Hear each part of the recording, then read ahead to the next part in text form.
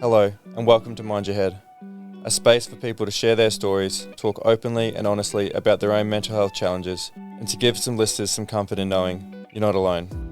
We acknowledge the traditional custodians of the land in which we record this podcast, the Gubbi Gubbi people. We pay our respects to their elders, past, present and emerging, and extend that respect to all Indigenous peoples. We honour their enduring connection to the land, waters and culture, and recognise their invaluable contributions they make to our communities. Always was, always will be Aboriginal land. Welcome back everyone to another episode of Mind Your Head. Today my next guest is a man that needs no introduction. He's Aussie music royalty and icon 360. Welcome to Mind Your Head, mate. It's an absolute pleasure to sit down with you today. Thanks very much for being here. Thank you for having me, man. Keen to get into it. Yeah, and something that I really admire from you recently is how open and honest you've been about your highs, but I think more importantly your lows, and talking on topics and subjects that can be a bit taboo at times. And I think you're leading the way in terms of having that open and honesty and that chat around sort of your mental health. But I actually want to share something with you quickly. Is that my first time hearing your music. I don't know if you are sick of talking about this already. No, it's all good. Totally fine, man. And for me, I heard like obviously the festival song, and I still listen to it. I listened to it on the way down here. I remember hearing it in grade 12 at high school, and I didn't think too much of the lyrics at that time. It was just, for me, it was and it still is such a catchy, infectious song. And it wasn't until a couple of years later, two of my best mates, they knew that I was going through some struggles mentally. And at that time, I didn't realize that was like the beginning of my mental health journey. And they were like, let's go down to Fools Festival for 3 days over New Year's, get your mind off things. And it was one of the funnest times with two of my best mates that I'm still best mates with now. And it was just a moment for me for those 3 days where I could just be out of my own head and just relax and have fun and not worry about the future or dwell over the past or anything like that. And I remember like leaving the festival, driving back to the sunny coast, and the festival song came on again. And it brought on this whole new meaning to me and this weird feeling. And I could relate to every single one of those lyrics, every single one of those words. I was driving back and I was like, we did that. Like we did that. And I just feel like, even to this day when I listen to it in the car with Jordan, my partner, I'm silent and she's looking at me. And it takes me back to that time in my life, even though outside of that time I was really struggling. Those 3 days at that festival, that song takes me back to that festival, and it's just like the most joyful time with two of my best mates. And I feel like music's got that, crazy ability and gift to transport you back in time and just take you to a place, and those feelings still come up. Is there a song that does that for you, that takes you back to a place in your life? I just want to say how much I appreciate you saying that. That's right. That was really lovely. Yeah, when I listen to like old Eminem.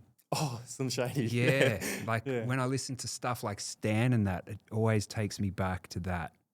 And also, like, when we used to get, like, did you go to multiple festivals back in the day? Oh, it was Splendor and Fools in Byron. That was the two that we would go to religiously. Like, you'd go regularly though? Oh, for years. And did you have music that you would hear there at the festival that would take you back as well? Or you two kind of... Yeah. What do you reckon? Yeah, I think we had moments of like listening to... I think there was like... we saw Silverchair and we saw Xavier Rudd there. Yeah. And hearing his music, especially Xavier Rudd, and hearing that sort of transports me back there as well. It's a weird thing. It's the same way that... Like if you smell a certain smell that you can remember when you're a child, it just takes you straight back. Take you straight back. Yeah. Can we go back to your early childhood? What were those days like for you growing up? Man, my childhood was magic. It was just me, my brother, mum and dad, and we were just like, it felt like we were living in a fairy tale where just everything was fun. Everything worked out for the best all the time, and we were just like this real tight family.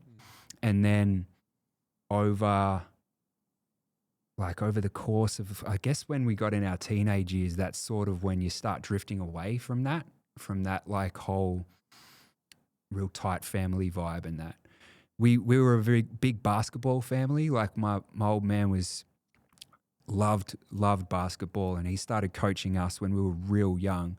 And he would coach me before school, after school, and stuff like that, and just was drilling me how to play basketball. And I loved it though. Like I was obsessed with it. You got the height. Were you that tall back then too? Nah. That came way later, man. Oh, did it? Yeah, when I was about 16, like everyone shot up before me, and then suddenly I just went bang. Yeah. But was obsessed with that, and I think like he really instilled the value of like a real strong work ethic, you know? Like doing it from probably, we were going hard from the age of, I started when I was 5, and I think was going hard by the age of like 7 or 8 till I was about 18 or 19.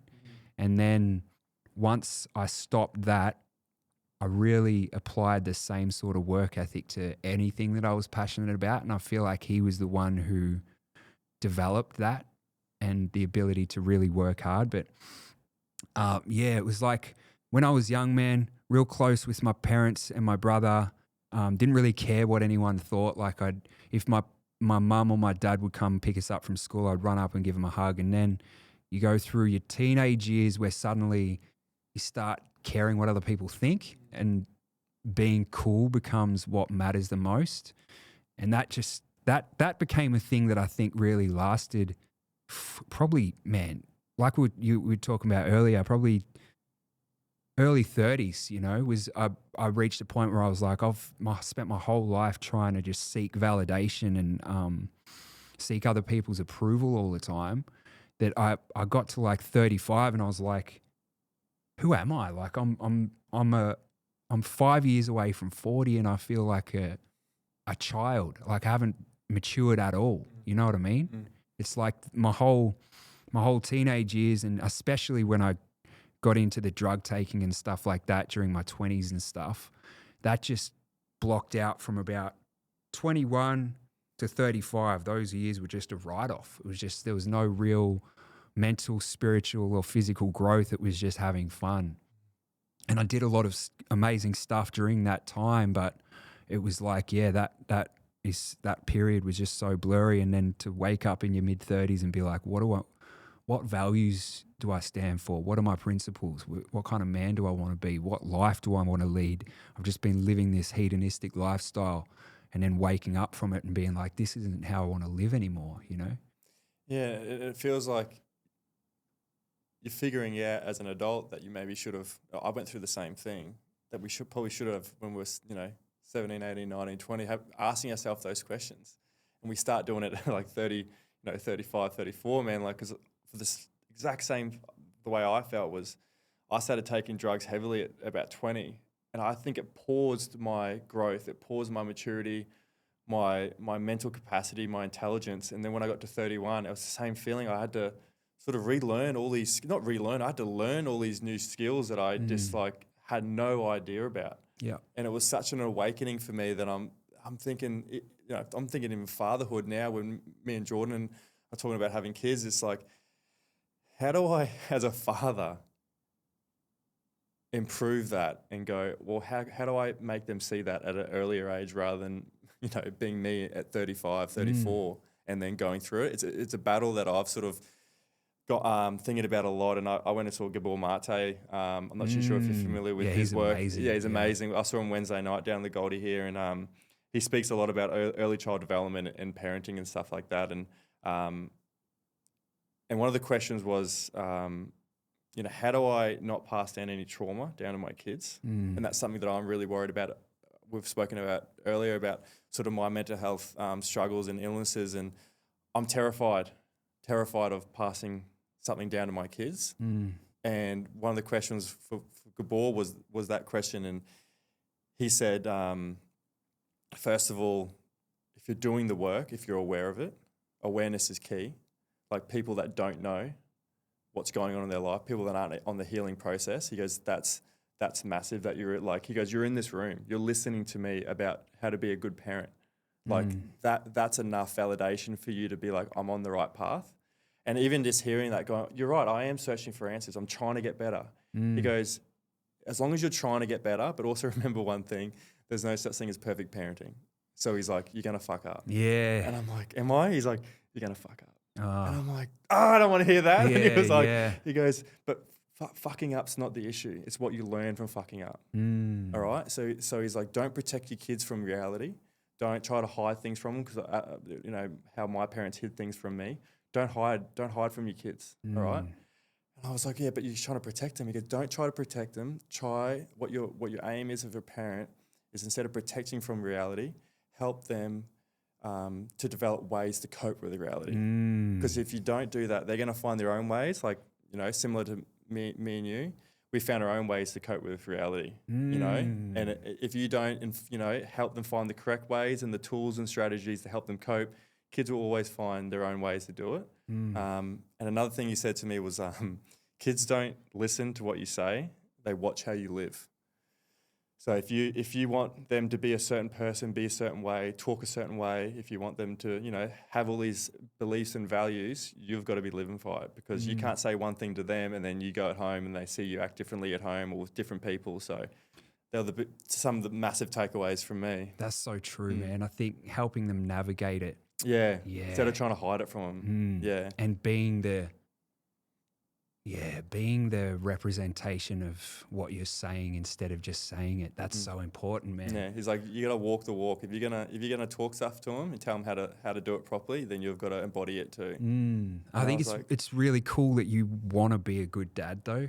Like a lot of people in positions where they become parents, they probably don't even think about it. They just say, all right, let's go. We'll just do our best, which is still, you know, that's great. But when you're thinking about everything you've gone through and then all your drug taking years and actually want to steer them in a different direction, that's really positive. I want better. But and another thing that he was talking about is, you know, we don't want our kids to struggle or go through pain or hardship. As parents, you sort of like want them to be, you know, and as even not a father now, but I'm like, how do I enable enough pain and struggle in their life, but not enough that it is harmful to them. You know what I'm trying to get? Like you need struggle, you need friction in your life. As kids, you need some sort of pain to go through, either it's heartbreak.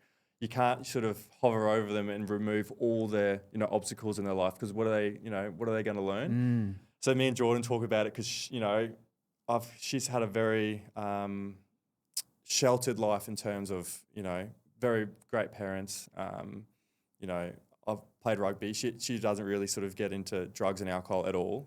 I've gone down sort of the other path of sort of injuring myself playing footy, gone to the hospital. I can sort of, I know my limits almost, where I know how to push the boundary. Whereas Jordan, her boundary's sort of here and my boundary's up here. So you balance one another. Yeah, out. man, massively. Like we wouldn't have worked, you know, otherwise. We balance each other out perfectly. But when we're talking about parenting, it's kind of like I've got to bring it down a notch, and then she's sort of we got to meet sort of in that halfway. But it's always a good chat when me and her talk about parenting. So was she was she like too sheltered, or was she? She's got an awareness of life and the world, but hasn't had any real world experience, lived experience. We've been through and we've seen some pretty dark shit, and we've lived through some pretty heavy stuff, you and I, in our own sort of ways. She hasn't experienced that. She you know, you can read about it, you can hear about it, but I think lived experience is that knowledge that you just can't read or buy anywhere else. So that's like, I'm very open with my past with her, and every time we sort of talk about it, even when we went to Brisbane for a concert together, and that was sort of my main area of partying and drug taking and getting up to no good pretty much.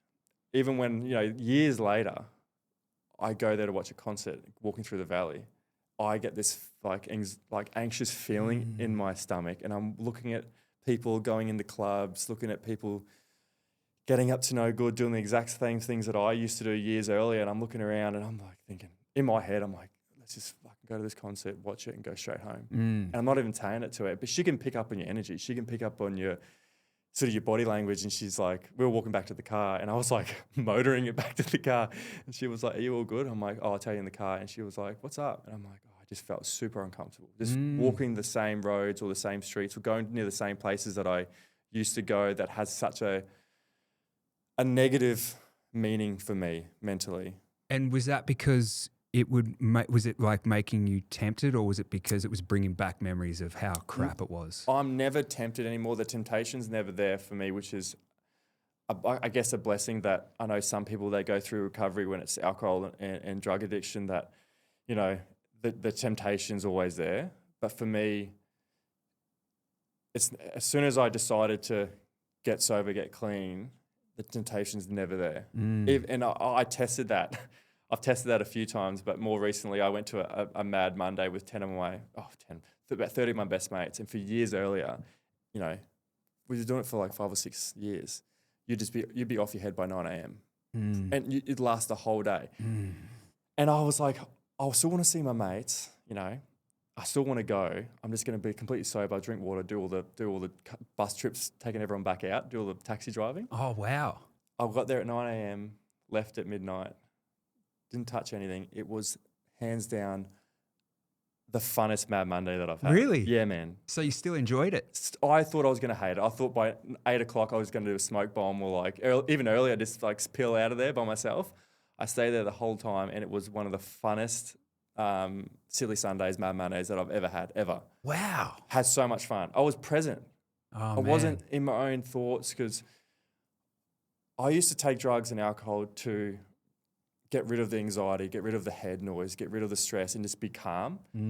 But it almost developed more anxiousness and anxiety and all these things. So I'd be like worrying what people were thinking about me. I was almost getting too paranoid. Get paranoid. I was just like, oh, fuck, are they laughing about me? What are you laughing at? Are you laughing about it? And they'll be like, Ellie, we're not laughing about anything. I'm like, are you oh, right. And then that would wig me out even more. So being present in the moment and actually chatting to my mates who are off their heads, and I'm just like having D&Ms with them, and they don't remember it all. Oh, wow. And they'll come up to me and be like, fuck yeah, like what you said on the podcast that time, and like I've got actually something to talk about. And I'm like, yeah, I'm all ears. And they forgot that I was sober. Oh. So I was having like couches, me and you, like having, and they'll sit down and they're like having the full like Bicky D&M kind of thing. Massive. Oh, wow, that's really cool. And then the next day we all caught up. And they're like, we're talking about it. I was like, do you remember the conversation we had? And they're like, what are you talking about? I didn't have a conversation with you. I was like, yeah, you did. He goes, how do you remember? I goes, man, I was sober. And they were like, fuck, were you? I was like, for real? So they completely forgot about it. And I was, and that was like initiation for them to really want to talk about something that they were too afraid to talk about. Yeah. And then I'll hit them up the next day, sober, and I'd be like, do you want to talk about it even more? And they were like, yeah, man, like I wouldn't mind chatting to you about it a bit more. So it's like, whoa, having that ability to be more present with your mates and more aware of like what they're going through, and noticing body language and being like, that person's struggling. You know, that person's maybe not in a good space. How about I asked, how's life going? And that's what the ability of me being sober has given me, is being more in touch with myself, which allows me to be in more touch with other people too. Have you like noticed when you guys maybe started taking drugs and going on benders and stuff, was that like the first time you guys dropped that wall and actually had D&Ms and stuff? Yeah, people cried. Yeah. Cried. And then you sort of like, the next day you sort of pretend like it didn't happen and forget about it. And then it was almost our own unhealthy way of initiating an emotional and uncomfortable conversation, is to do it on drugs. Yeah. Behind the house, like in the backyard where we're having house parties or something, or you're in the smokers section, and then you sort of just like that, like break the ice, and that wall comes down for like 10 minutes, and you actually have a deeper meaningful. And you're like, fuck, that was great. Yeah, I used to love that. Love it. Yeah. I've had it with strangers. Really? Yeah, I've had it with strangers out at Burleigh here, and be like for half an hour we've chatted, we've told each other deep secrets, and then we've just like, see you later. Wow. Is that off chops as well? Yeah. Oh, yeah. Yeah, but like that's what it sort of used to be for me. And I was thinking, why do I always do that? Why do I always do that when I'm on it? Why do I always feel like the need to express myself and tell people how much I'm struggling? But I can't do it when I'm sober. When I'm sober, I just sort of wave it off and pretend like it's not a big deal. Yeah. I was like that, man, with the as soon as we started partying and stuff like that, it almost became like like you said, like a way of just getting that wall to come down. And that was almost a reason for doing it. And you become like bizarrely interested in what anyone had to say, even if they were a stranger, you know? You'd have these deep and meaningful chats, but then as soon as the drug was gone, it'd be like you wouldn't really be that interested anymore, or that high was gone.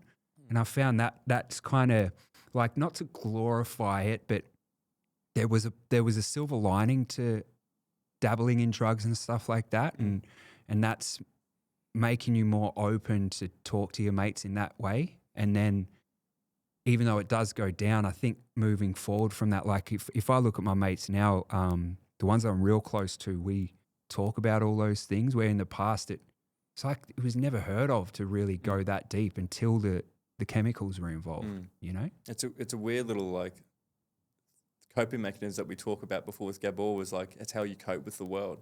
You know, you'll find your own ways to cope with the world. And I felt the exact same way, because when I was taking drugs, at the back of my head, I thought, this is not good for me. But at the same time, like short future thinking Elliot is like, in the short term, like, this is doing everything for me. This is relieving so much stress and pain and fears and anxieties and everything that was going in my head for that short amount of time. It was the most euphoric feeling I could ever feel in my entire life. But then on the flip side, you know, the next day you're just thinking, you loser. What the fuck are you doing? You're trying to make it in footy.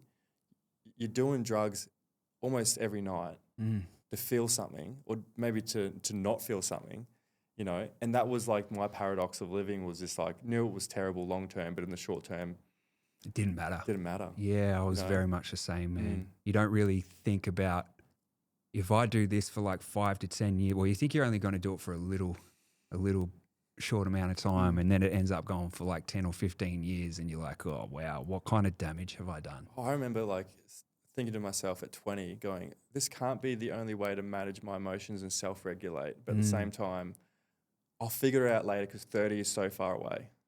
Being a 30-year-old is so far away. I'll figure it out later. In the meantime, I'm sure future Elliot will figure it out in that time. Fast forward to 30, and I'm like, oh, fuck. I'm in the same spot I was when I was 20. Shit, that 10 years went quick. Yeah. What do I got to do now?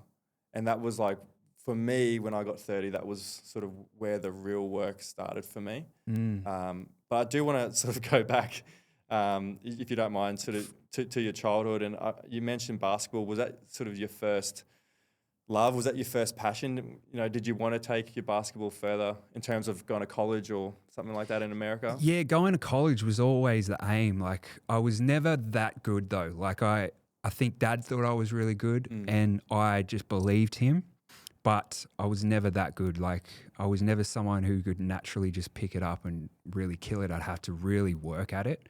And I got to a point where I was okay. Like, I could shoot, and I had the fundamentals down.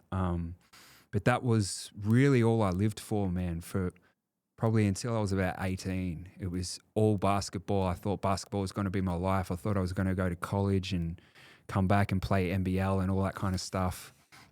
And then I got to like 18, I think it was 18 or 19, and I just started noticing my vision in my right eye started going blurry. Like, I'd look at the basketball lights, and they'd have these blurs around them, like this halo. Yeah. And then we were like, started getting stuff tested, and they were like, oh, you should go to a specialist. And they were like, I don't know how they figured it out, but they were like, you've got this rare disease in your eyes called keratoconus. And it's where your cornea is meant to be like an oval shape, but it starts going into a cone shape, and the surface of it starts disintegrating. So I had to have a cornea transplant, which was wild. Which is wild they can even do that, man. Yeah, like, I always think about that. The cornea is so tiny, like you can't even see it, and they're chopping it off and then putting someone else's on there. Like, that's wild. And then they sew it in there, and there's stitches in your eye for like, I felt like it was, I might be wrong, but it felt like 6 months. Yeah. And then every week or two I'd go in and they'd remove a few stitches, and each time they remove the stitches, the vision would change because it was like pulling on the cornea. And by the time they removed all the stitches, I was just blind in my right eye. It was just like it's just like looking underwater. It's all Yeah, blurry, blurry. and you can't really make anything out. So that that kind of killed my drive to play basketball, because like suddenly my vision's all gone. I'm trying to shoot and I'm just missing it, and it's just like, it was just bad, man. And it was, at the time, it was like, this is so depressing. I'd felt like I'd lost my purpose in life. But looking back on it now, it was honestly a blessing. It shifted my path to just be like, all right, I've got nothing else to live for. Now it's just music, you know? It's almost the universe saying something to you, 100%. Yeah. Like, definitely believe that. you Yeah, know? yeah. Everything happens for a reason. Yeah. Definitely, man. Like, looking back, it was the best thing that's happened. Like, if I had have tried to make basketball happen, it just wouldn't, it wouldn't have got there. So pivoting towards music and then applying that same work ethic that my father taught me was like really awesome. But it's interesting. I could only ever put that work ethic into something that I was passionate about. I was just always been like that. If I didn't enjoy it, I wouldn't do it. I was bad at school. I was going to ask you how was school, because I was the exact same way. If I loved it, I lived and breathed it. But if I didn't love it, I couldn't give a shit about it. Yeah, and school was real hard for me in that terms, because mum and dad would be like, you got an assignment, like the teacher's calling up, I got an assignment due tomorrow. And I go, what's it in? They're like, it's in, ancient history. I was like, oh, fuck that. But if it's in something else that I really loved, I would have had it finished already, ready to go. So I'm the exact same way. Even through life, like I almost obsess over things that I am passionate about, to the extent where I was like, it's hard for me to turn off. Even with doing this podcast, like even last night I was up writing ideas down and things down at like 11:30, and Jordan's like, did you have a recording them like tomorrow? I was like, yeah, you're right. I gotta learn to like switch off and like, but I love that about myself. I'm exactly the same. Anything that I love doing, I become crazy obsessed about it. But just anything that did you finish school? I scraped through. You did? I scraped through, but I joined the army straight out of school. Oh, did you? Yeah, so I joined the army. So my last 2 years of high school, I didn't bother about doing an OP, because I was like, stuff is, I'm going to the army. OP doesn't matter. I'm not going to uni. So I changed all my subjects. Oh, wow. So I went to a sports school up on the sunny coast. So I had to do English and maths. And then I joined the volleyball, I joined the basketball, I joined the touch footy, league, union, AFL. So I did surf class in the morning. Oh, wow. So like my last couple of years of high school was just the dream. All my mates were stressing about doing OPs, and I was like, I knew that I was going in the army. Like I had schoolies. As soon as I got back from schoolies, I was on a bus down to Canberra, shaving my head, straight in the army. Oh, wow. What was that like? The best. It was. I put it down to my core foundation of almost similar things to rites of passage from boys to men, even though maturity-wise, like I didn't hit it till I was 30, but I mean, like, I even felt like that first initiation of like leaving high school as a 17-year-old. I was 17 straight through the army, being thrust into the man's world of seeing real-world war experiences, being exposed to all the things that you're just like, holy shit, this is real, and they're desensitizing you to certain situations that are happening over in Afghanistan and Iraq at that time, that you're thinking, holy shit, I'm not back at, like 2 weeks ago, I was back at school with my mates, and now I'm watching videos of this shit going on. Like, it is wild. And then they teach you how to kill someone. Whoa. That's what their thing is. Not only are they teaching you how to kill someone, they're teaching you how to desensitize yourself from that person that you're trying to kill. So you can switch off from it. You can switch off from it. So you don't hesitate. They don't want hesitation. They don't want you to think, oh, that's someone's dad, brother, son. Maybe they got a family. They don't want that. They want you to make a decision straight away. Otherwise, it's your mate that could get killed. Whoa. So being 17 and going through that, massive. And I would go. I went back home, and being around my mates that I hadn't seen in a while, and it's nothing on them at all, but they're sort of talking about the same things that we used to talk about at school. And I remember sitting there just going, not judging them, but I remember thinking, going, man, I feel out of place here. Yeah. I don't fit in here. Yep. I don't find their jokes funny. I don't find what we used to laugh about funny. I don't know if that's just me witnessing things that are happening in the real world and maybe detaching myself from what my mates were getting up to. And that was a hard thing to like switch back and forth to like, all right, enjoy your time, forget about what you've seen, laugh with your mates. But at that time, I was just like, oh, these aren't funny. Wow. And I almost not lost contact with them, but I almost was like, oh, I'm just sick of the same old shit. I don't really want to hang around them, you know? And that was hard. That was a hard thing for me. Is that because they weren't growing, or was that just the same thing going on, like your high school stuff? Yes, both. High school stuff weren't growing, but like, you know, I just got thrust into the man's world before and seeing all this shit. And I went through it with one of my mates, and we both had the similar experience when we went back home and hung out with our old high school mates. It was kind of like, man, this is weird. Because when you're in the army, you're isolated in the army. Everything is about the army. So even going back home and sort of going back to me and my mate would always struggle sort of fitting in and talking about the same things that we used to talk about. Even though it was only a couple of years later, we felt like, oh, that was so long ago. Why are we still talking about that for? You know, there's more important things going on in the world. When really I think we just needed to learn to cope with those things that we're seeing and heard and maybe not take.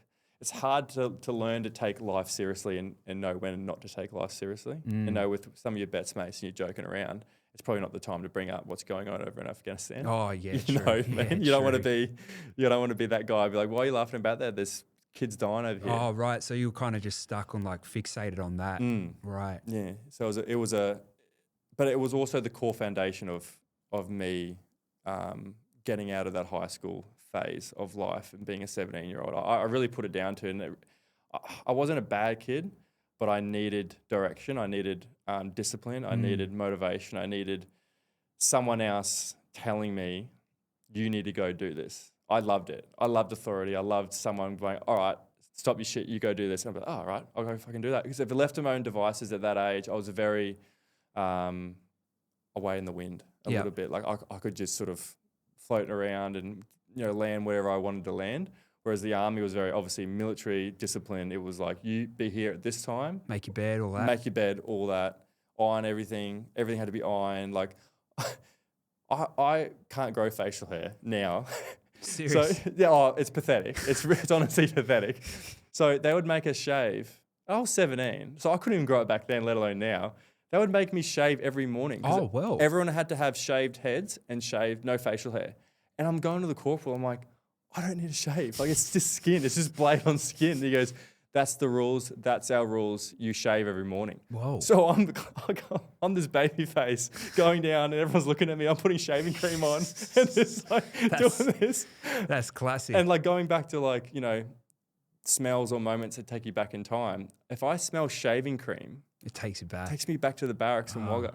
Wagga Wagga. And every time I smell shaving cream, it's like this weird thing where it's just like I'm back in Wagga Wagga in the barracks shaving my hairless face.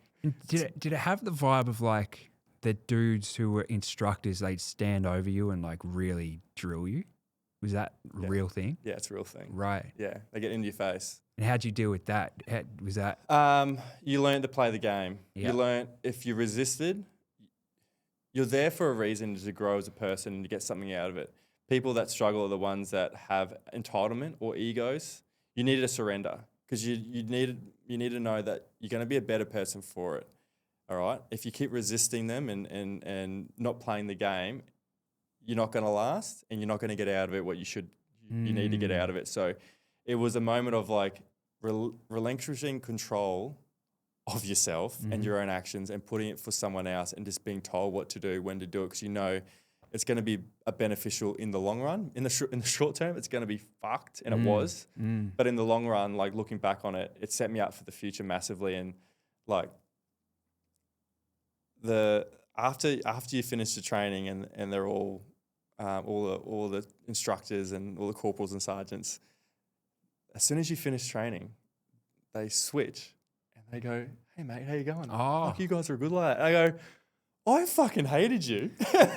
And like, "Are you just playing a game?" And they're like, "Yeah, we got to play the game. We're not your friends. We're your friends now. You finished. You passed." Yeah. And they're the nicest human beings in the world, like proper legends. Yeah. And we would be like, "Hang on a second, like you're fucking drilling us about this, this, and this." He goes, "Yeah, we had to. If we're there to be your friend, you don't get out of it, and we don't. They're there to mold you into a type of person. So if they're there to be your friend, they don't get out what they need to get out of it. So they were just arseholes, proper arseholes. Man, until you finished and got out there, and they're like legends. Well done for finishing. And I'm like, just totally switched. totally, Yeah. instantly. Like we as soon as the day that we finished, we had like we were allowed drinks and stuff afterwards. And they were like the first ones to come up to us and be like, congrats, guys, like, well done. And I was just thinking, I fucking hated you for 6 months. Did you tell them that? Yeah. Yeah. And they all start laughing because everyone says that.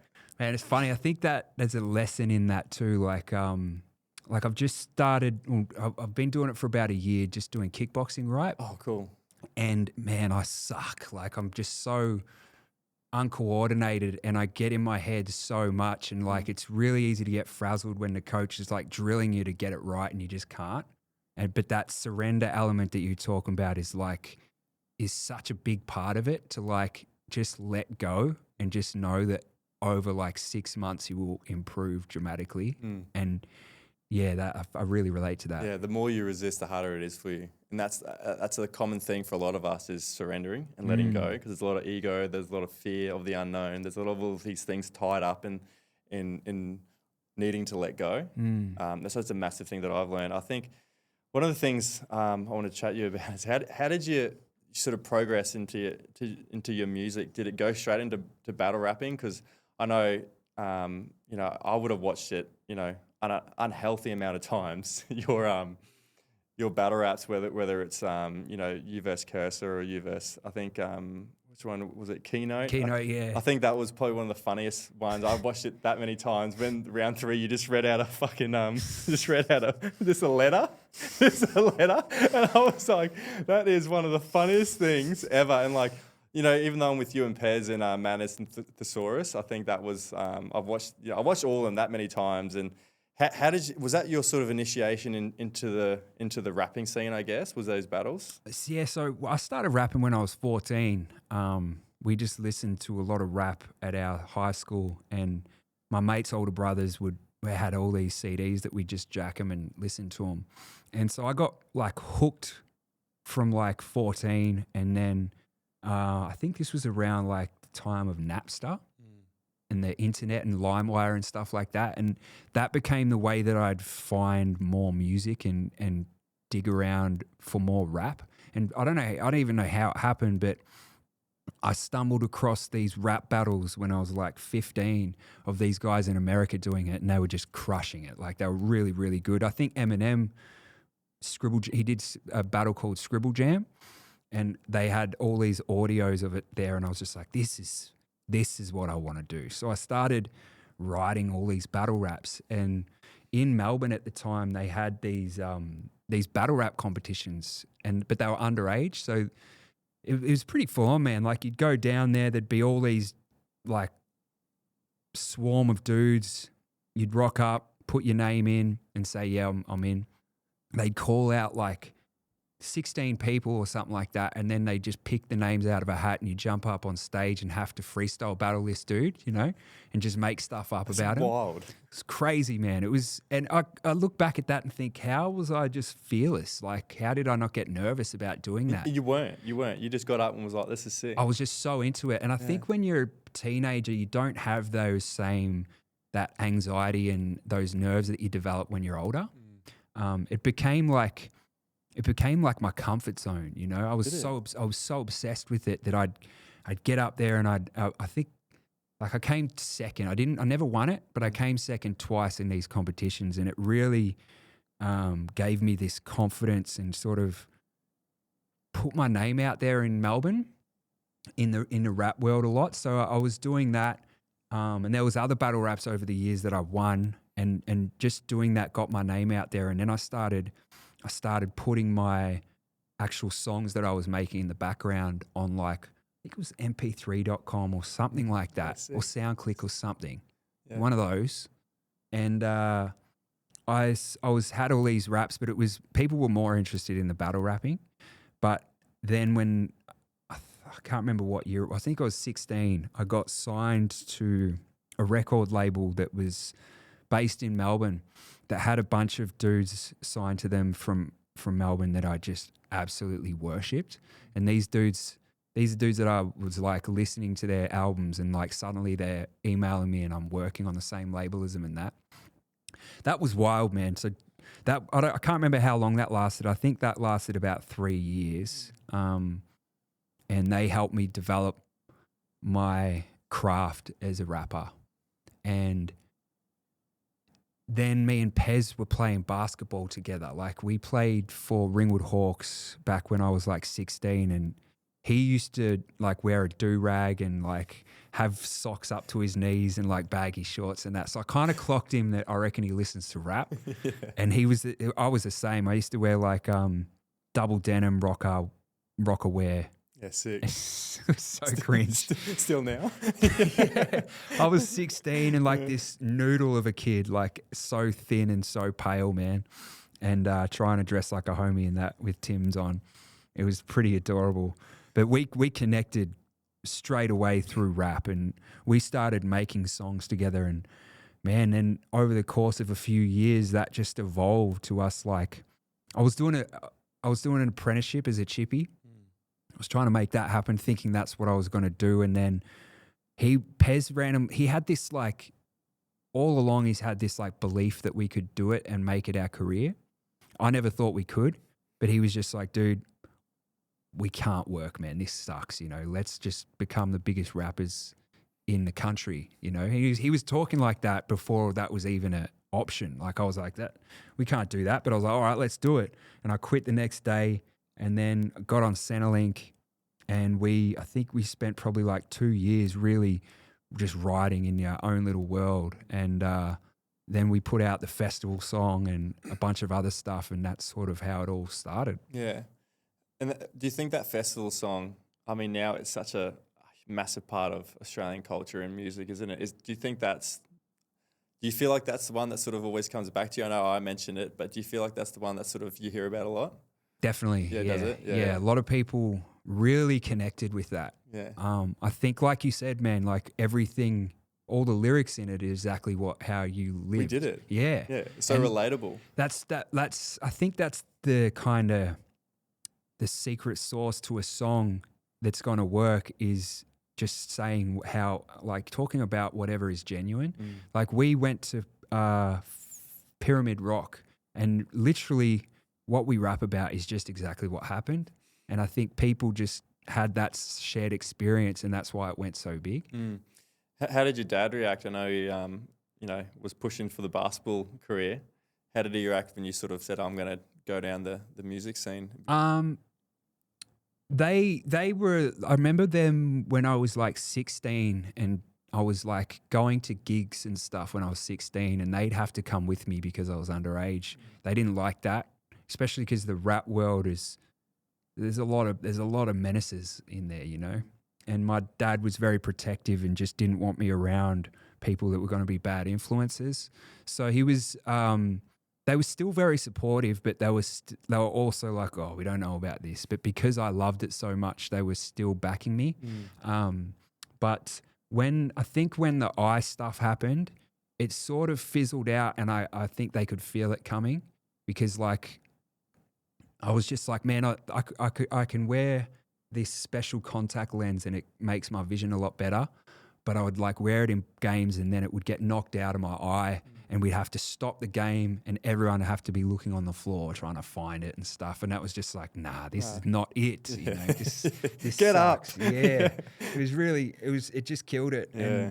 But I think they could sense that and they felt it coming, but it was definitely difficult, especially when the whole family is like united towards this goal of becoming basketballers, you know? And I guess like for them back then, like, you know, rapping and that music would be so foreign to them. Would you assume, like, agree? Like they would just be like, know nothing about it. So for them, they're just like, where's the future? Yeah. Like, what's the future for you in this? Like, how do you make a living out of doing this? Yeah. And when I was doing, I was doing music, but they were like, you can't, like, you have to work.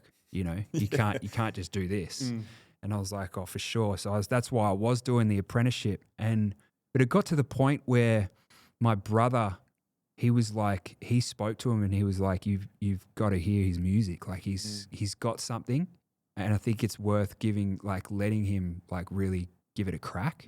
So they ended up being like, give it a crack for a couple years. If it doesn't work, then you've got to get a proper job. And I When was you just like, I promise it'll work. and it did. It did. It did. And Yeah. it did, yeah. Kept your promise. When you're writing these songs, how much consideration do you give the audience? And in terms of writing something that you think they'll like, or writing something that resonates with you more? That's a great question, man. I think over the years it becomes a bit of both. Like I remember when I wrote my second album, Falling and Flying, that was very much just writing what I wanted to write. But at the same time, there was certain songs where I was like, let's try and make a song that'll be like good on the radio. With all these catchy hooks and stuff. And you hear those, like I hear those songs now and I'm like, it's so cringe and so contrived. It's so see-through what we were trying to do there. So I learned very quickly that it's just got to be genuine and not trying to tailor it to anyone. Would the festival song, you think, be your big break into the scene, or what was sort of your sort of pinch yourself moment that you're like, oh, we're fucking... It was interesting, man. Like it was the first taste of success. Yeah. It was the first thing that went massive, but no one knew that I was on the song. It was really interesting. Like that song came out and we performed it at Pyramid Rock. It was all over the radio and stuff like that. But we got off the stage and we were like, let's walk into the crowd and see what happens. And Pez got swarmed, man. I was just there by myself and I was like, I was not expecting this, you know. And I remember so that heartbroken, happening. Yeah, I remember that happening and going, but I'm on the song, you know, like, and getting in my head about it, like, oh, what is this? And, but at the same time, I was reading this book called The Power of Now by Eckhart Tolle, and I was like, don't start listening to the ego, you know. I separated from it real quickly and was just like, nah, this is Pez's moment. Just be proud of him and be happy for him and support him. So that I can see how that kind of thing could drive a wedge between friends. But I was just like, nah, this is his moment. Go for it. And he went for it. And did you get your moment? My moment came later. Yeah, did? Yeah. So like that moment was very much a confirmation, like, oh, okay, we can actually do this. Like now it's time to go hard. So I just started going in with like writing these goals and like writing all these songs and just being like, all right, I'm going to smash it. Like I'm going to go so hard. And I can't remember the time frame between it, but I think it was 2 years, because I think 2009, I'm pretty sure, or maybe it was 2008 when Festival Song came out. And then I think 2011 when Falling and Flying came out, and that was when I had my moment. It just went bang. How did you cope with that fame, the money, everything that came your way? How old were you at the time? I think you're only 23. 23, you know, very young age. Looking back on it, how do you think you cope with it? And do you think you were ready for that? It was interesting. Like before that, I'd read all these like autobiographies by like the Motley Crue. I read Scar Tissue by Anthony Kiedis and stuff, and I loved it. Like I worshipped these guys who were rock stars, who were full-blown heroin addicts and stuff. And I romanticized the idea of being a rock star, but also being a junkie. So we were dabbling in drugs, like going out on the weekend and partying, but we didn't have enough money to really go too hard. And then once the music just went bang and I came into all this money, it was like, well, why stop? I'm a rock star. Yeah. You know, I better live the part. And like you said, it's almost glorified, isn't it? Yeah. And to me, that was like, all right, I'm doing it now. I don't care. And it was like, I was touching all these real hard drugs without any like hesitation. It was like, I don't care. I'm a rock star. That's what I've got to do kind of thing.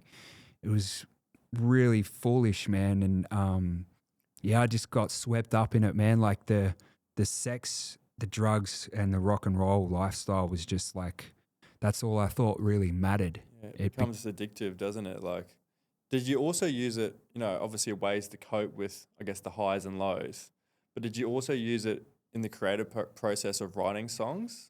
Yeah. I watched the Eagles documentary, where Hell Freezes Over, and they're in there and they're doing lines of coke, writing songs in the 70s. And I hit Yeah. up Dad. I'm like, and Dad's like, that's just how that's how the the creative juices start flowing. Yeah. Was it similar? It became a thing where I'd be just partying all the time, that naturally when I go to the studio, I'd either be kind of scattered and then have to use just to get through the process, or we'd be like in the studio and really smashing it hard anyway. So it just became part of it. But like, it's interesting how, like, I think back to times where I'd be up for like 3 days on ice and not sleep. And then after 3 days, that's when I would write the best stuff while I Really? was delirious. Like, I was like, hadn't eaten, really kind of just scattered. And then I'd write all this just crazy. It's almost like my brain would switch off. And then suddenly I could access all the most creative parts of my brain. It was bizarre, man. But that becomes, you get to the point where like you're trying to stop using and you're getting out of active addiction, and then you're trying to write and you think that you can't do it without it. That's Becomes brutal. dependable on it, eh? Yeah. That's tough. And that's happened a few times, man. Yeah. Mm.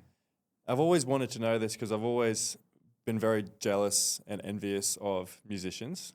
Probably because I've always, I say that to Mum and Dad, I would give up all my rugby talent that I had to learn music or to learn the piano or to sing. And I've always been really curious around when you're on stage and you're up there and the whole crowd is singing along to your song, knowing every single word. What's that feeling like? Can you describe that feeling to me? Is it one of the most euphoric feelings that you could ever feel, that almost the audience is in the palm of your hand?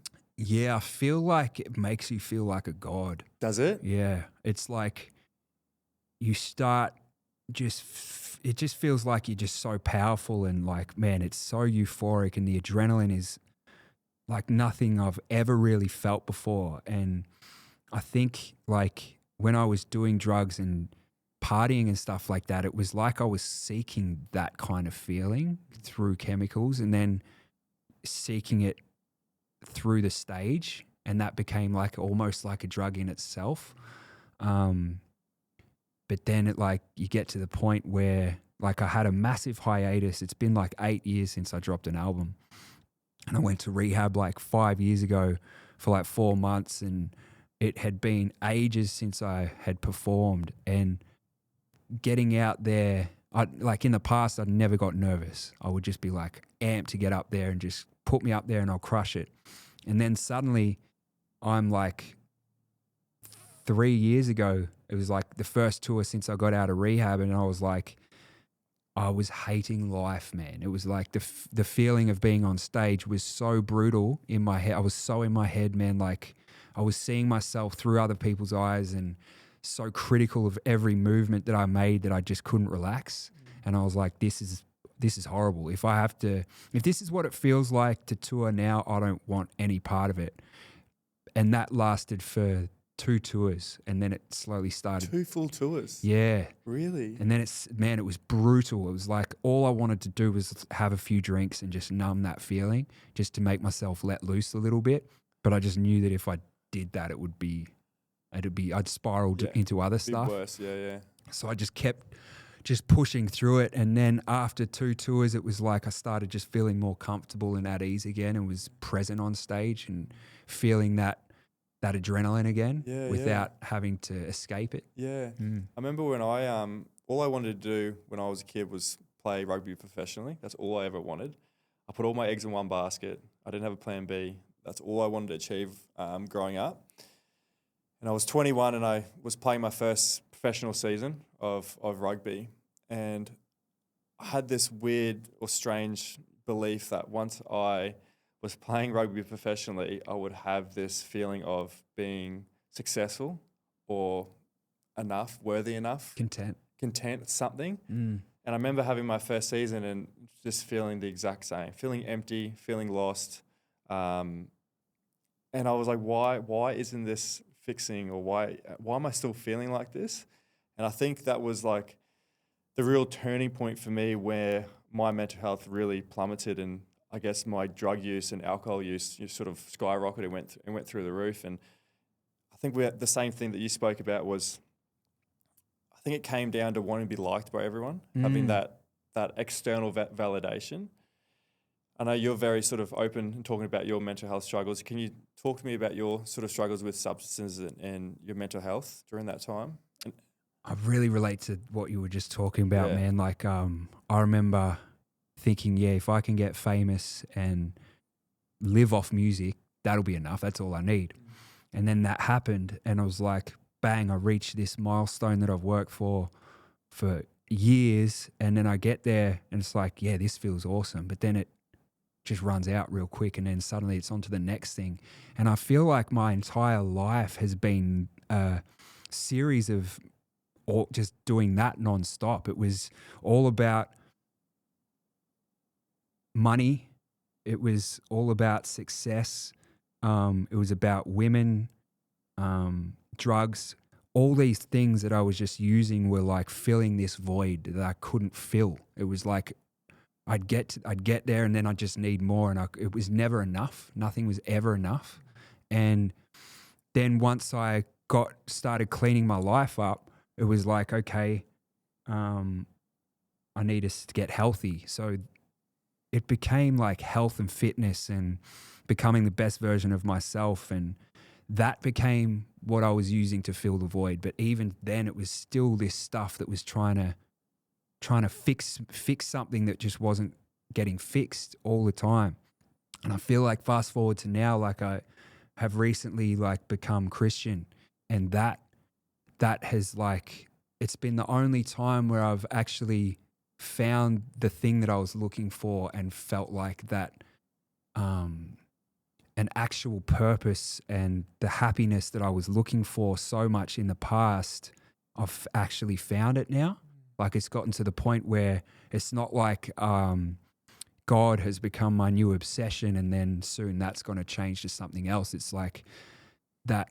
It's like the only thing that's kept the obsession going and kept the zeal for life actually going. It's bizarre. Yeah, so you've found that core, I guess, that core aspect of what we're all trying to look for, and you filled the void that was missing with something that it's not a fake dopamine hit, you know, that we were chasing. Where I had the same thing. It was drugs, alcohol, and girls, and you know they'll last for a little bit, and then you're just constantly you want more and more and more.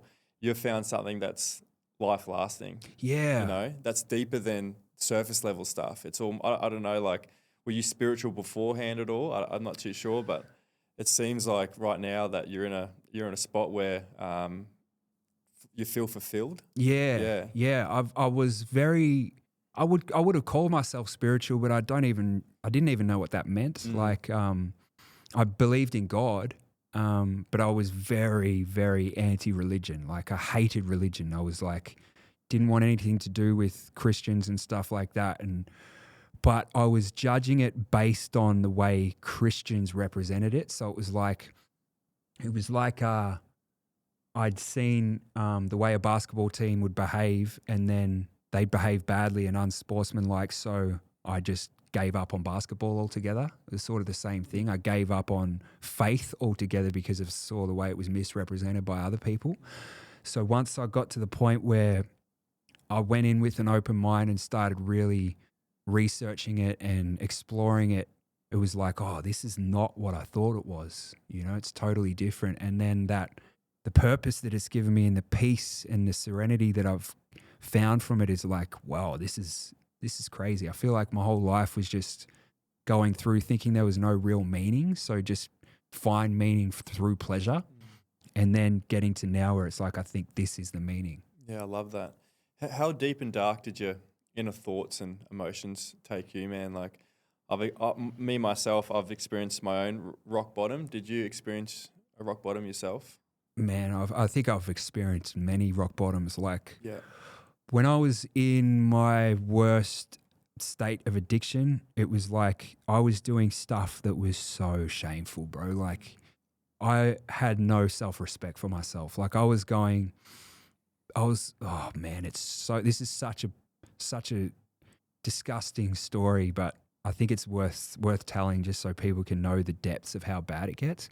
Like, I was heavily addicted to prescription pills like Oxycontin and Xannies and stuff like that. Like I was getting just pretty much whatever I wanted. And it got to the point where I'd like get all this Oxycontin, but I'd go through it in a few days, and then before I'd have an appointment, I'd have to figure out another way to get high.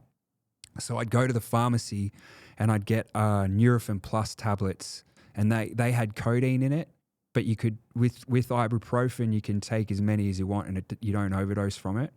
So I was having because my tolerance was so high, I was having 3 packets at a time, which 90 pills I was having at a time, right? And I'd have, and you could only get one from the pharmacy. So I'd go to 3 different pharmacies. I'd pick them up. And then, man, I remember going into like the public toilets and just popping them out into my beanie, just 90 tablets, and just like sitting in this toilet in this cubicle and just shoving all these pills into my mouth and trying to neck them like real quickly. And because I was so like going through withdrawals and quite sick, I'd put a bunch down and it would trigger this gag reflex, and then I'd throw up. And I remember throwing up like 30 tablets on the ground, and because I didn't want to waste them, I'd scoop it all back up and just put them back into my mouth and swallow it, man. And I remember doing that and swallowing it and just sitting there just being like, have a look at you, you scumbag, you know? And just thinking back to that is like, it gives me shivers thinking about it, man, because you hate yourself. Like, you have no respect for yourself. Like, I remember I couldn't even look at myself in the mirror. Like, I'd look down and not in my eyes because I would just be so ashamed of who I was. And I was living in that kind of like darkness for so long, man. Probably since about early 20s to probably 5 years ago. I was just stuck in this double life, like trying to escape it, but trying to not tell anyone about it as well, like feeling too ashamed about it and trying to just get on with it, that attitude. And then, yeah, when I look back, like when I look at who I am now, I'm just like so thankful that I actually got out of it and didn't die. Like, I should have died, man. There was so many times that I just went way too overboard with everything and should have carked it. Did you hate yourself? Yeah, I hated myself. Absolutely. It got to the point where like that, all this was going on, all the drugs and stuff, but I was also really struggling with people pleasing. All right. Like, I would dodge confrontation. Like, I would do anything to not have to go through confrontation. So I was letting people use me and take advantage of me without ever pulling them up on it, because I'd be scared if I did, they would abandon me and I'd be alone. And that was this kind of narrative that was going in my head, that if I confront someone and pull them up when they've done me wrong, they'll just leave me. So I was like navigating my life like this probably for like 10 or 15 years. And like we spoke about before, like getting to the point 4 or 5 years ago, it was just like I'd lost my voice and hadn't said what I should have been saying for so long that it's like I lost sight of who I was as a person. Like, I literally, the whole purpose of going into rehab, the mission for me was like, I need to figure out who I am. Like, I was like, in my career, I'd learned how to go through podcasts and interviews and just dance around topics like a politician would, and just say things that were very diplomatic and not really say anything that would rub people the wrong way. Instead of just saying how I felt or what I believed, I was so afraid of people not liking me. I just wanted people to like me and just wanted people's validation and approval that I was navigating my life basically, I wouldn't even say lying, but just not saying what I really felt. And that over the course of your life, that just wears you down so much. You just don't even know who you were. So it took me a while to actually figure out who I was. Because that was the exact same feeling that I had, was that all I wanted to do was be liked. And then once I saw someone acting a certain way that they got attention, or someone like them, I would embody that and go, oh, well, he's getting attention or whatever it is. I've got to be like that too. Oh yeah, I like that band. If whatever the attention is. So I was almost like a chameleon where I'd always try to be someone that I wasn't, just to be liked or just to fit in or just to have friends. That I was wearing different masks in different situations, different people. I would just try to blend in and to pretend like I like something, or just to like, so people like me. And it got to a point, the same with you, was when my downfall was like, who am I? I'm pretending to be someone for so many years in different layers, and then different emotions were coming up, and I'm like, I actually have no idea who I am, what I like, what I don't like. I've been pretending for so many years that was the hardest thing when got to 31, was trying to figure out. And that's a tough question to ask yourself too, is like, who am I? You know, and you mentioned your time in rehab. What was the turning point? What was the turning point for you to put your hand up and go, all right, I need to seek help. I need to get myself into rehab. I was on methadone, which is like a replacement drug for heroin. First I was on Suboxone, which is like a similar version of that, but you can't abuse it. You can't get high off it. And then I wanted to get high, so I conned my doctor into giving me methadone. And then that was like the point that everything just got real dark. Like I was like 120 kilos, so upset, man. 120? Oh, dude, I was huge. I was massive. And I was just so depressed and miserable. Like I wasn't showering. Like, oh, bro, it was so bizarre, man. Like I was trying to go as long as I could without having a shower. It was so strange. I was like trying to win a battle with myself of how grimy I could be. It was bizarre, dude.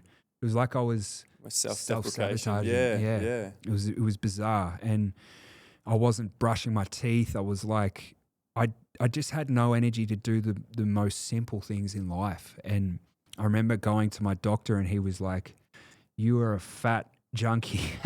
He's like, you're a fat junkie and you need to pull yourself together. And I was so offended, man. Like I was so triggered by that. I was like, who is he to talk to me like that? I wanted to complain, but it was like what I needed to hear.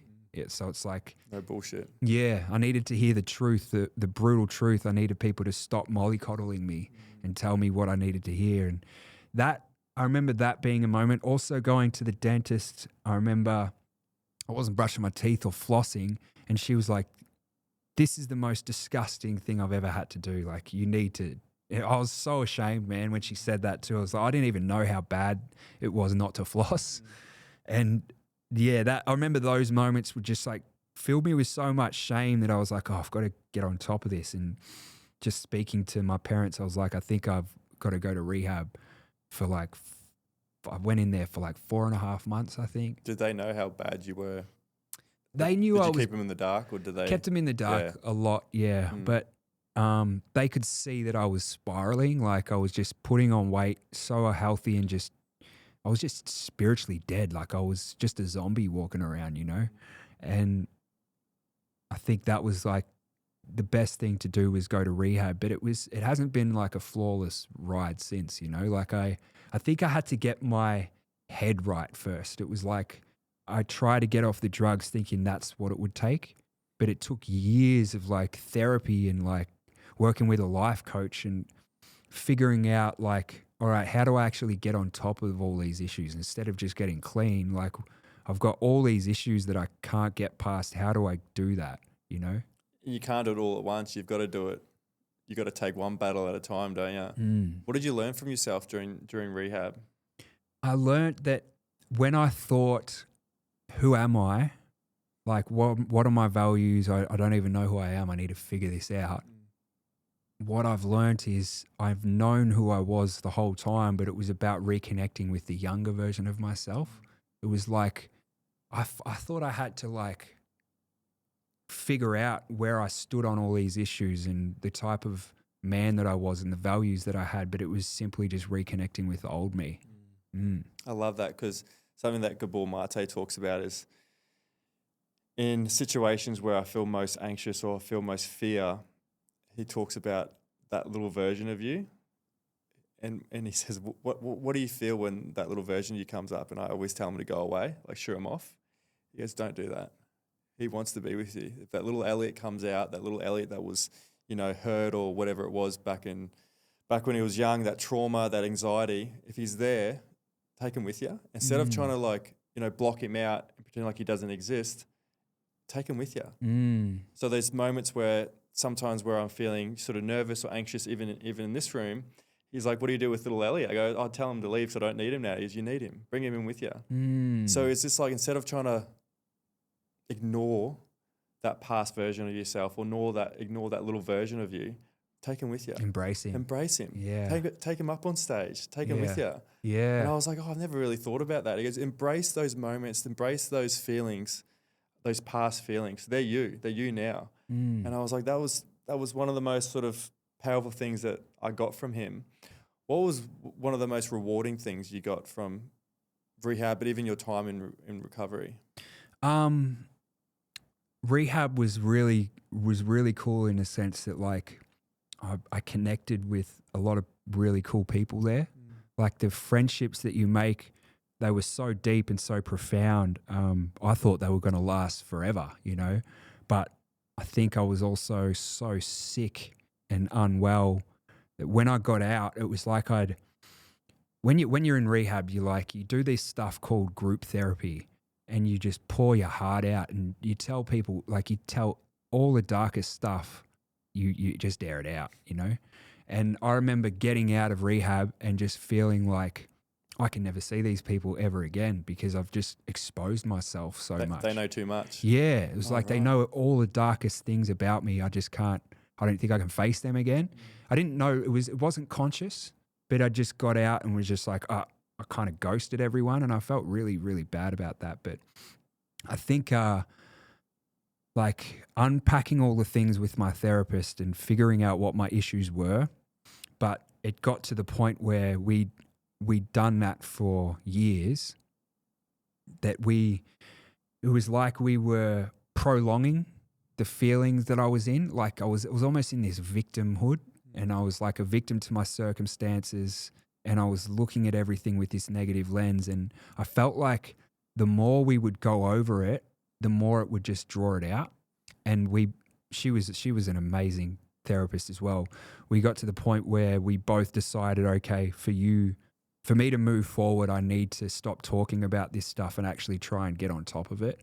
And then working with a life coach, that was such a huge turning point. Like really him holding me accountable and making me stop being a people pleaser, making me say the things that I needed to say.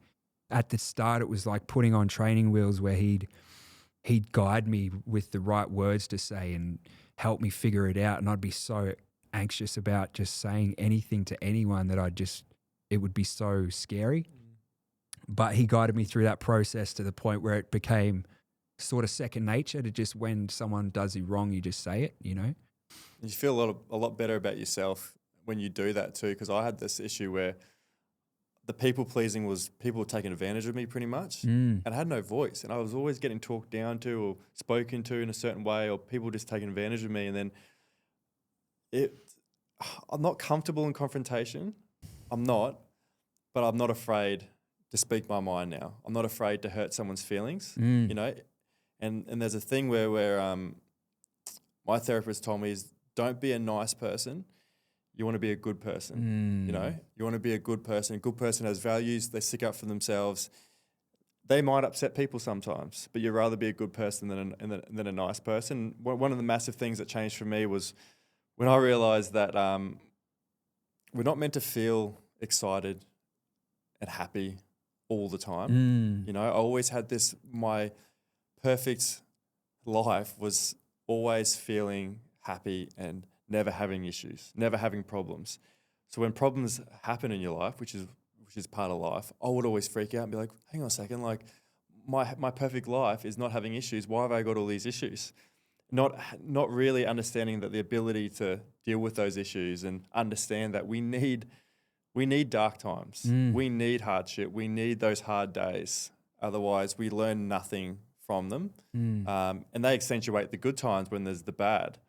So it's almost embracing when there's I don't know, a difficult situation arise in my life.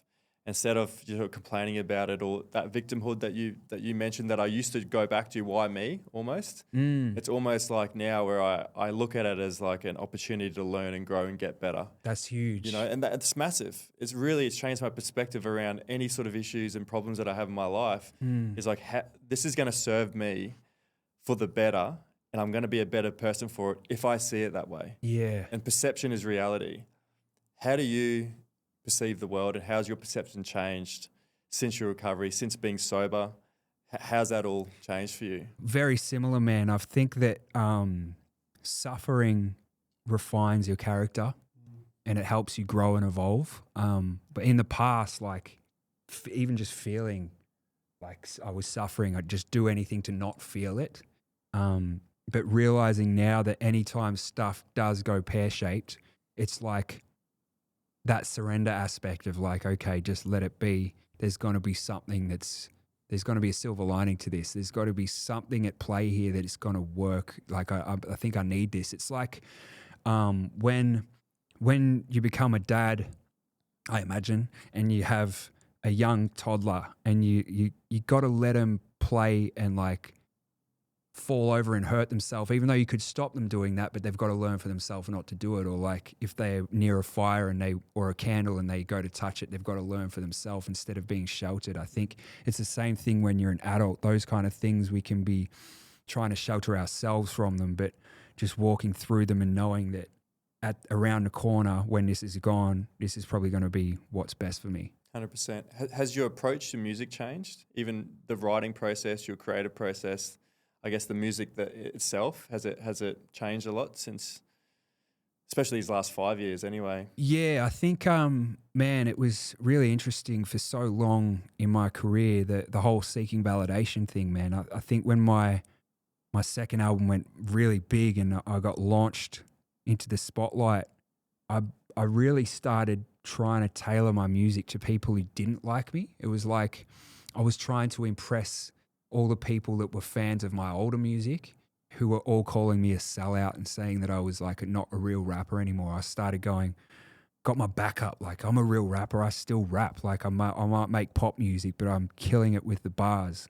And I started trying to prove myself to them and got really consumed with that. Like, I think you can hear it in my third album. I was really trying to go deep with it. I think it has pros and cons though. Like there's elements of it that's like cool because it's like going hard with rap, but it's just also when you're making music that isn't genuine and you're trying to impress people that don't really care about you, you can hear that at the same time. So I think like my whole life has been a story of like going through sort of identity crisis and trying to impress people and make them like me. And just getting to the point where it's like, okay, I've just got to accept that you can't win everyone. And the best thing to do is just tell my genuine story, like where I'm at. And I think when you listen to the album that I'm about to put out this year, you can hear that. It's just like, instead of trying to emulate a certain sound or fit in with a certain style or trying to impress the rappers and stuff like that, it's just like embracing me and my story and where I'm at without trying to do that. Do you think it's at its core the most authentic version of yourself in terms of making music? Oh, definitely. Yeah. I think if you listen to this album, I feel like you can feel that. I'm curious to know, like, is there a moment where you have to relinquish control over a song where it ceases to be yours and it belongs to the listener, and the listener has its own meanings on songs? That does happen a lot. It does, yeah. Yeah, where people will come up and say, I know what that song's about. And you hear it and you hear their version of it and it's like, that's actually really cool, but nah, nothing. that's not it, Yeah, you know? That's happened a few times, man. Yeah. And what's the relationship with yourself now? My relationship with myself is I feel like it's in a pretty healthy spot, but it's like the faith journey that I'm on is really going deep, you know? I think I'm very much just wanting to do right by God and just want to please Him rather than other people now. And that's been a huge shift, is like going from being a people pleaser and seeking approval all the time to becoming a Christian and just only wanting God's approval has been a big shift. Yeah. What do you think the core issue was with people pleasing? Where do you think it stemmed from? I think it stems from not wanting to let my dad down. Really? I think he had such high hopes for the person that I would be and the career that I would go down that I never wanted to let him down, because we were so tight when we were young, like we were best mates. And then I had my moment of like rebelling and like going away from my family. And I still had that people pleasing though that I developed since a child. But it's been really cool, like, because my family live at my joint with me. They've been there probably for like 8 years now, and the probably the best aspect of like the last probably 7 or 8 years is being able to reconnect with them on a level that's like you know, when you've always got your family dynamic where your parents are your parents and they always play their role a bit. It's gotten to the point where we've become more like friends. Your mates. Yeah. I love that. I love that, man. Yeah. And it's like, it's never, that parent Yeah. element is never going to disappear. Yeah. But you're having these jokes and these conversations with them that you're laughing at the same shit. And you're thinking, I love this relationship I have with my mum and dad now, where we're joking about the same things. We're having the conversations are a lot more friends based rather than a mum and dad sort of base, isn't it? I love that. Yeah. It's like they're being an adult, I think. And Yeah. I think they're seeing that, seeing the fruits of me taking accountability and being responsible for myself rather than being this out of control person who couldn't do anything for himself. And I think, like every night I hang out with either mum or my dad and we'll watch whatever show we're watching. Like we go through so many shows. Every week we're onto something different. And just even that in itself has just been so much fun, just bonding with them again. Do you have open dialogue around the troubles that you went through? Are you able to sort of chat to them on a deeper level around those things and maybe sort of help them understand what you're sort of going through? Definitely, yeah. I also go for a walk with them. We all go and have a coffee in the morning, and we walk my dog together, and we have they always go through the deepest conversations during those walks, and a lot of the times the past comes up, and it can be really uncomfortable because it's like they'll bring up stuff that I did that really hurt them that I'd just forgotten about. And then I'd be like, I can't believe I did that. And then have to explain what was going on and why that happened, you know? Yeah, massively. So we got some quick fire questions to finish off. Yep. You can answer them as quickly or as long as you want. What's something that you still struggle with today? I think attachment to things like my status, in my career, and money and fame and all that kind of stuff. I think I still struggle with like thinking that defines me, thinking that if I don't have my career, I'm no one. If I wasn't 360, I wouldn't be anyone. I feel like when I really came to faith, I felt that really disappear. My identity became, it was pretty secure in Christ rather than my music and all that. But I still feel like there's an element of that there. How have you defined success in your life? I think I would have defined it in the past by making money or like having accolades with my music. But I think success now would be walking like Christ as much as possible, like going through the process of sanctification where it's like you declare your life for God and you encounter that feeling of His love, and then having Him guide you to become more like His Son. Yeah. What do you wish more people understood about you? I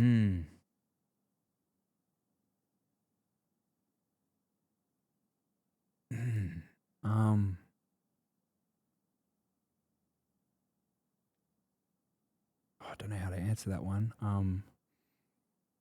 Just that I am deeply flawed, I think, and I'm never gonna get it right. And like, I think there's been so many moments throughout my career where I've like gone through addiction, come out of it, released an album like acting like I'm all clean and my life's all good, and then release the album, start touring, and then fall off the radar again and come back to drugs and stuff like that. And then out of nowhere, I'll pop up and I'll be releasing new music and suddenly I seem good. I go through these moments, just going back and forth. And I feel like that is probably at the forefront of people's minds. They're probably thinking, oh, he's just going to disappear again after he releases this. And I'm not claiming that I'm completely sober yet because I've still got certain medication I've got to get off.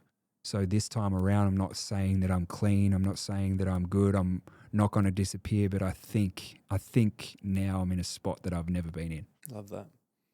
Who's your hero? My dad. Your dad? Yeah. What's one piece of advice you give to 16-year-old Matt starting out on this journey? Great question. To just stop being consumed by what other people think. Trust your instincts and your intuition above everything else. Going to be so many moments in your life, this goes to everyone, but so many moments in your life where other people you'll think that they'll probably know better and you should listen to them, but if your gut is telling you something, always go with that. Love that. What's one habit or trait you inherited from your parents that you still carry with today? My work ethic, from my dad for sure. Just the ability to, when I love something and am passionate about something, I go hard. Love that. Yeah. Last one. What's your favorite aspect of being a musician? Being able to do what I love as a career. Like it's just a blessing to get money and be able to do this as a job when it just doesn't feel like work, you know? Love that. Brother, thank you so much for coming on today and joining me, for being so open and honest and vulnerable. Likewise. Yeah, thanks, brother. I'm so proud of you for everything that you've gone through, all the changes that you've made in your life. You honestly brought me so much joy in my younger years when I was going through a lot of hardship. I could always sort of lean on your music, and it feels like a bit of a pinch me moment, sort of sitting down with you, and it's a real privilege to have this chat. And I wish you all the success for the future. That means so much. I appreciate that, Cheers. man. I do have a closing tradition of the podcast. I don't ask the last question, so I get family and friends. They send in questions for the guest. Oh, awesome. So you've got Mo. Does Mo ring a bell? Mo. Mo. My mate Mo. Your mate Mo. Oh, how did you get in touch with him, man? Don't you worry about that. Oh, no. So your mate Mo, he goes, can you ask him why he cuts all his food up on his plate into little pieces before eating? Wow. I don't know. Wow, I had no idea he even noticed that. Like, he's never even asked that. That's so who's funny. Mo? One of your best mates, is he? Yeah, Mo's one of my best mates. He's like an absolute, just one of the most solid friends you could ever ask for. Yeah, nice. Is that a bit of OCD, chopping it up? No, just do it, man. Because I always just eat steak. So I love chopping it up. I love if I'm having potato or chips with it, I'll chop it up with it so I can just sit there and just. Yeah. Easy access. It's like I do it, get it out the way so I can just eat it. That's what I do. Just feed it straight in. Is that what you do? Yeah, too? I do the exact same. I chop it all up before I eat it, and then it's just easy for me to pick it. Yeah, you just go bang. Yeah. I get it, Mo. Again, man, thanks so much for coming on. Thanks a pleasure chatting with you today. Yeah, I feel like we're like very similar. Massively. I relate to you so much, man. Yeah, massively. Thanks so much for listening to another episode of Mind Your Head. If you'd like to support the show, be sure to subscribe to us on Apple Podcasts, Spotify, YouTube, wherever you listen to your podcasts. It really supports the show and helps others discover us. Don't forget to join us on Instagram and TikTok at mindyourhead.podcast.